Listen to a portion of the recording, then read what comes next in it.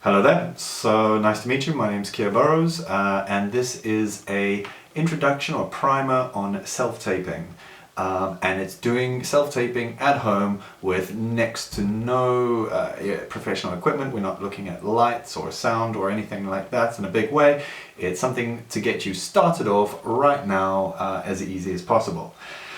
So just a quick introduction. So yeah, I'm Keir Burrows. I'm a filmmaker and lecturer. As a filmmaker, I won a BAFTA New Screenwriters Award a couple of years ago. My debut feature film came out in cinemas in the States 2 years back.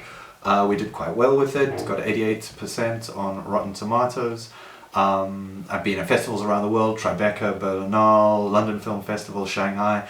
As a lecturer, I teach screen acting and filmmaking at the Royal Central School of Speech and Drama, Guildford School of Acting as well at times. So yeah, that's who I am, that's what I do. So this is a lesson, just to be very aware. It's got some theory behind it. It's not just a 30-second do this, do this, do this, do this and you're done.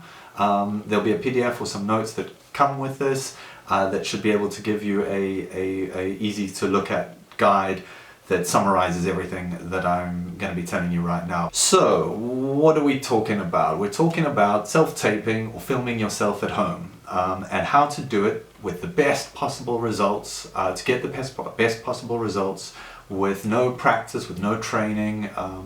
Yeah. So it does make some sort of assumptions. The main assumption is that you are going to have access to or a mobile phone or cell phone with video functionality, with a camera on it that can shoot film or shoot video. And that you're also going to have an internet connection that you'll be able to upload from this onto the platform of your choice, be it YouTube or Vimeo or whatever. And we'll chat about those in a second. The camera app that comes with your phone, whether you're using Android or an iPhone or whatever you're using, is almost certainly good enough for your purposes.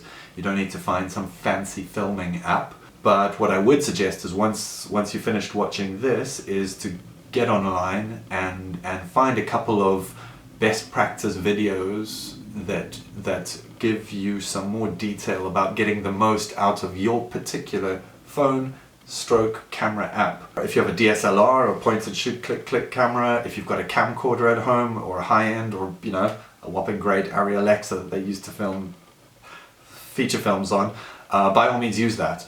Use it, use what you've got that you're comfortable using to get the best results. But I'm going to assume that you're going to be using your phone.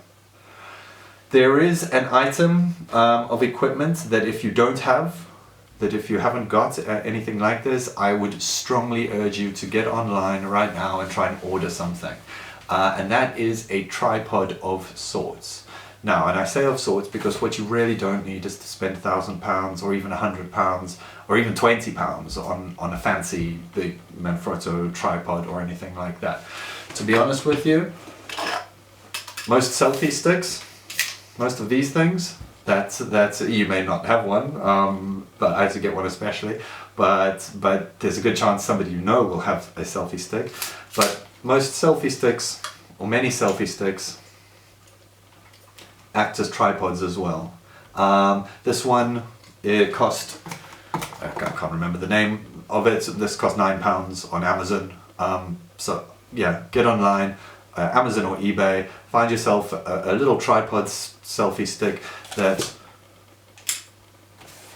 you can use to do the filming that you're going to need to be doing. You don't have to have one. You really do not have to have one. If ordering one is too difficult or you don't want to spend the money, that's absolutely fine. You can get away doing what you need to do, just improvising. You can balance your phone. You can just try and rig something up that acts like that.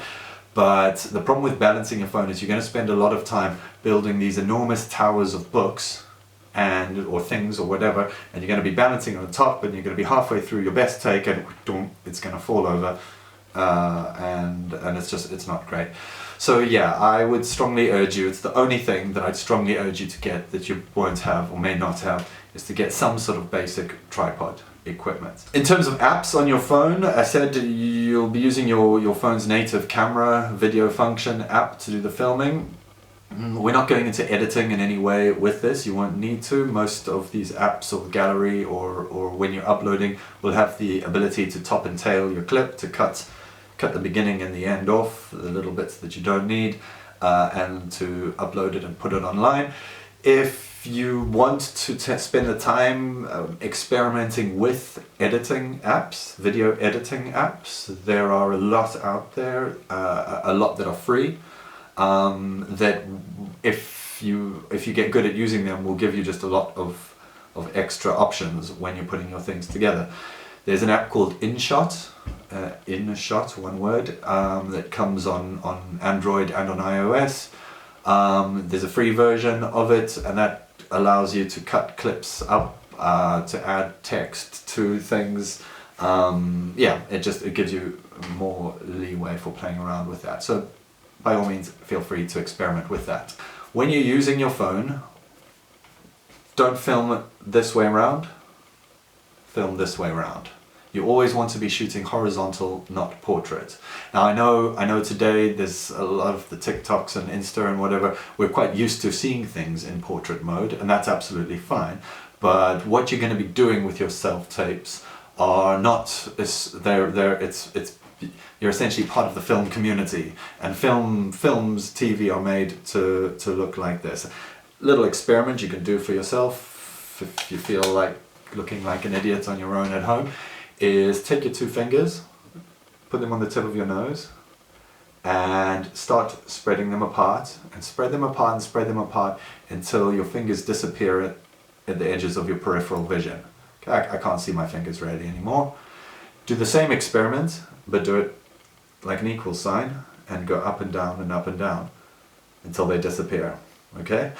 What you should do, unless you're half chameleon or whatever and your eyes on the side, is you're going to realize that you've got a field of vision that finishes from about here and here. It's a lot wider than it is high.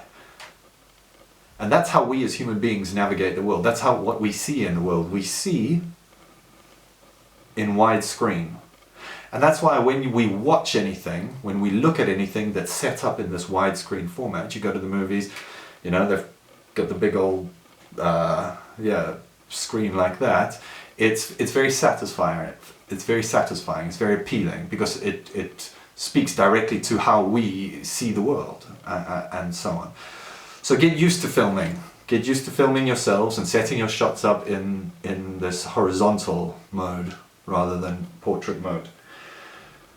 Go into your phone's app, into its camera app, and make sure you're finding the way to set your frame size to 16 by 9. It might be 9 by 16 or 9:16 or 16:9, anything like that. But that's the size or the dimension, the ratio that you want it to be. You know, if it says 1 by 1, you're going to be shooting a square. Or 4 by 3, you've got a little bit like that. You want 16 by 9.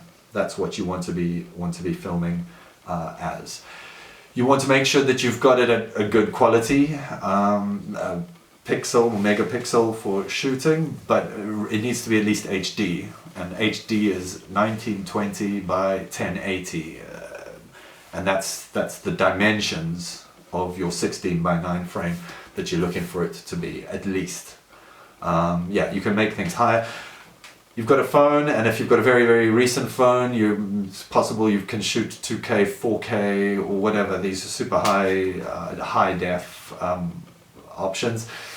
You don't need to. You really don't need to. You're just going to end up with clips that are way bigger than they need to be, and you're going to be uploading them anyway, and people are only going to be watching them at 1080 HD, so it's up to you. It's up to you, I'll leave all of that. Next thing to say and to be quite clear on is your camera is going to have, or your phone is going to, or should at least have cameras on one side, but they may well have a camera, front-facing camera as well. So just so you know what I'm working with here, my own phone is a Samsung Galaxy Note 8, I think, or whatever it is. That's two years old or so. You're not going to be using the front-facing camera whatsoever. And I know it might be a little bit counterintuitive because you're used to filming yourselves or seeing yourselves on WhatsApp chats or FaceTime or whatever it is that you use, and you see yourself and you use that front-facing camera. But you need to make sure that you get away from any habits of that, and you set your shot up and you make sure you get the framing right and you do it right, but you hit record and you do not see yourself at all whilst you are excuse me, whilst you are recording. And you're doing that for a very particular reason, because if you think about it, we as people, we as human beings, when the only time we look at ourselves in life is when we look at ourselves in the mirror and we're trying to beautify ourselves. You're trying to make sure the beard is all right, or the hair is long and luscious and there's no spots and the makeup is good and whatever. And so we're very, since we were kids, we've been trained to be critical of our appearance when we see ourselves. That's what we do when we see ourselves. You know, if you get a photo of you and a bunch of friends, who do you look at first? You look at yourself. You don't look at your friends. And what do you do when you look at yourself? You judge yourself on your appearance. You go, oh, fantastic, or oh my god, I look awful, or whatever. That's what you do. That's what you do. That's what everybody does. That's how we are. That's fine. And you're not going to change that in one little short lesson on self-taping. So you want to make sure that when you're filming yourself, you cannot see yourself, because what you're going to be doing is analyzing yourself in a manner that you're not supposed to be. Not at this stage, anyway. That makes sense. Yeah. So you're only ever going to be using the back camera. You're going to plonk it there. You're going to set it up so that you get somebody else or whatever to sit in. Hit record. You come and sit there, and you're going to be doing your recording. Make sure your camera, excuse me, make sure your camera is on exactly the same plane, same level as your face. You don't want the camera to be lower than you. You don't want it to be higher. You don't want to be looking up or looking down into the lens. You really want it to be exactly on your eye line. It has to be. It has to be. Otherwise, things are just going to look ridiculous very quickly. Again, a good reason to get a tripod, because you can get it up to your eye line without having to balance a tower of books. Next thing to move on to, once we've got setting that up, is to do with location and lighting, because those two work together. Now, if you have lights and you are good at lighting and you feel professional and want to set lights up, fantastic, go right ahead. We're not touching that, not at all. This is a way to get really nice results without any lighting, any money spent, any experience whatsoever. And it's pretty straightforward. It requires a certain amount of forward planning to do with when you shoot. What you're going to be doing is setting your camera up to film yourself right in front of a big window. Now, it needs to be a window where there's no direct sunlight coming in. If there's rays of sunlight coming in, and the room is brightly lit with direct sunlight, it's going to look awful. The cameras can't handle that much light. You obviously can't do this at night because it's dark outside, it's useless. But if you set up, so here's a window, and your camera's here facing that way, and you're standing in front of it, all of this beautiful soft light is going to come in from the window and fall on your face, beautiful face, and it's going to fall on your face, and especially it's going to just put a lot of light in your eyes, and it's going to just, anything that you're thinking or anything that you're feeling, the camera's going to be able to read, because you've got that light in your eyes. You don't have to set anything up, you don't have to do anything to get it looking fine. That's all you need to do is window, camera, you, done, and be close to it. So where I am right now, I'm sitting, I don't know, 1.5 meters from a window, and the camera is literally that I'm filming with is right in front of the window, and so it gives that light. Second thing to think of with the location is the background, what's going on behind you. And it's important, it is important, you know, what you want, the rules that you're thinking about with the background are, you don't want it to be so bland that it's boring and it looks cheap, and by that I mean, you don't want it to be just a plain white wall or magnolia or eggshell, whatever you've painted your place. Just a blank white wall, it's going to look ugly, basically, and cheap and uninteresting. But at the same time, you don't want to make it so interesting back there that it's distracting. you know. So don't take that blank wall that you were going to shoot behind and plaster a bunch of death metal posters or your favorite film noir posters or whatever on it, because people are going to spend more time looking at the posters than they are looking at your pretty face. So yeah, bit of furniture in the background is great. You'll have to jig things around. You know, what have I got going on back there? There's a pot plant that wasn't actually in this room when I started filming this, but I moved it in so that there wasn't too much blank wall on that side. I had to move a whole bunch of kids' toys off the shelves and put some books in there so I look semi-intellectual. If you haven't got that sort of furniture, an open door that's got a corridor behind you that gives you a sense of depth or perspective behind you, that's going to be fine too. Obviously you're going to start off though with the window. That's where you need to begin with, and then try and make that background behind you look semi-interesting. You obviously want to try be in a place that's quiet, where there's not going to be interruptions, and by interruptions I mean kids coming in screaming, or friends coming in screaming, or you know, the world ending, everybody screaming. Make sure you haven't got a washing on and the washing machine's going to be going nuts. Yeah, just do your best to keep it as quiet and as calm as possible. Stand or sit as the scene dictates. So if you're doing something, and especially if it's theatre and you're due to be standing in the role, set yourself up, set your camera up so that you're standing whilst you do the filming. Okay? And that's vital. Likewise, if you're doing a bit of a piece for camera, make sure, and it's supposed to be stand whilst you do it. Or if you need to sit, that's fine. But don't do something that's supposed to be standing and full of energy, seated and calm. It's never going to work. To do with what you wear, dress character appropriate.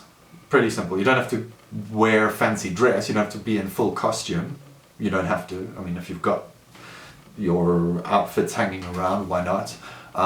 But you ultimately, at the end of the day, what you're doing is you're selling an illusion. You're trying to convince somebody who watches this that you are somebody else and not the actor that you really are. And the more you can do to sell that illusion, the better. So you know, if you're playing a professional, whatever, you don't have to dress up as a doctor or a detective or whatever, but wear something semi-smart. Have a shave, do your hair right, your makeup, whatever. When you're wearing things, be careful of anything that distracts. Big dangly earrings distract. Clothes with any sort of writing on distract. Any sort of writing, whatever. How far do you need to be from your camera? You'll play around with this. You know, a medium close-up is the size shot that you're kind of aiming for. And a medium close-up is middle of the chest to just a breath above the top of the head. That's your medium close-up, and there'll be a lot of space on either side of you because you're in a nice 16:9 framing. So that's what you want to just, and you'll do a little bit of practice with your own camera and your own lens to work out how close or how far from the camera you need to be to get that medium close-up. Now just a little bit about camera sizes, very quick one. The medium close-up, when we interact with real people in real life and you're having a conversation with somebody, generally we are perceiving them in that medium close type frame. You know, if I'm talking to somebody and they're a meter away from me, which is where we are when we normally talk to a person, I'm aware of their face, I'm aware of what's happening with their upper body. If their hands are here and doing something, that's what I'm seeing. And what I'm certainly not seeing in a normal conversation is what their belt buckle looks like or what color their shoes are. That is gone to me. Yeah, so that medium close frame is just a very nice sort of frame. Be wary of going too wide. You know, unless what you're doing requires a lot of movement, you're doing dance or any sort of action sequence where we need to see a lot more that down to the waistline and up. Be wary when you're setting your shots up that you haven't got too much space above the top of your head.